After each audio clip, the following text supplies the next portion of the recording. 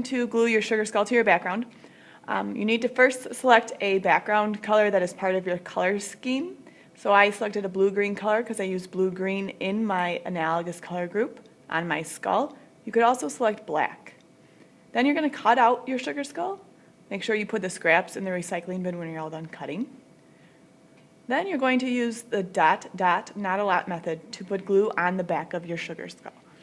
So on the back side of my skull, I would use glue, and there's two types of glue bottles that we have here, and the caps are different.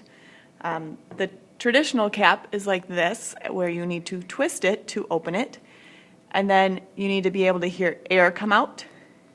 And if you don't, then you might need to take this and kind of just peel any glue off the top.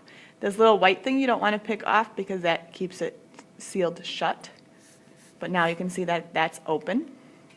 The other kind of glue cap is this red cap, and you don't need to twist the red caps, but if there's glue here at the tip, you'd want to kind of pick that off.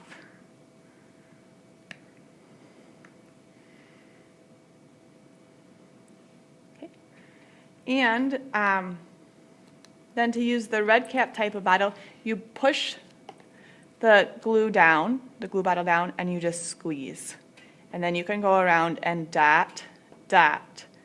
So it's in from the edge so that when I push it down, it doesn't ooze out of the sides. Okay?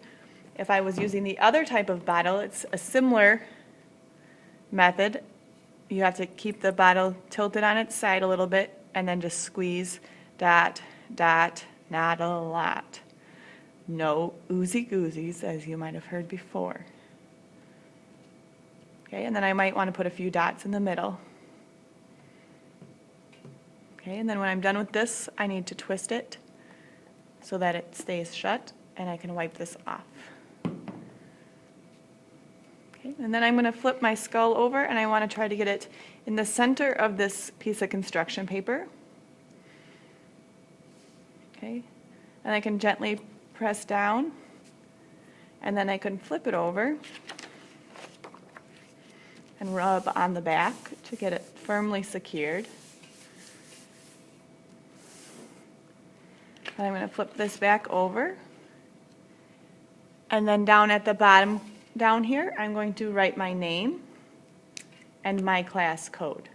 And remember that this is your signature, so it's important to put it on there, but you don't necessarily need to write it large because you want people to look first at your artwork and then at your signature. The signature should just be there to let people know who created it.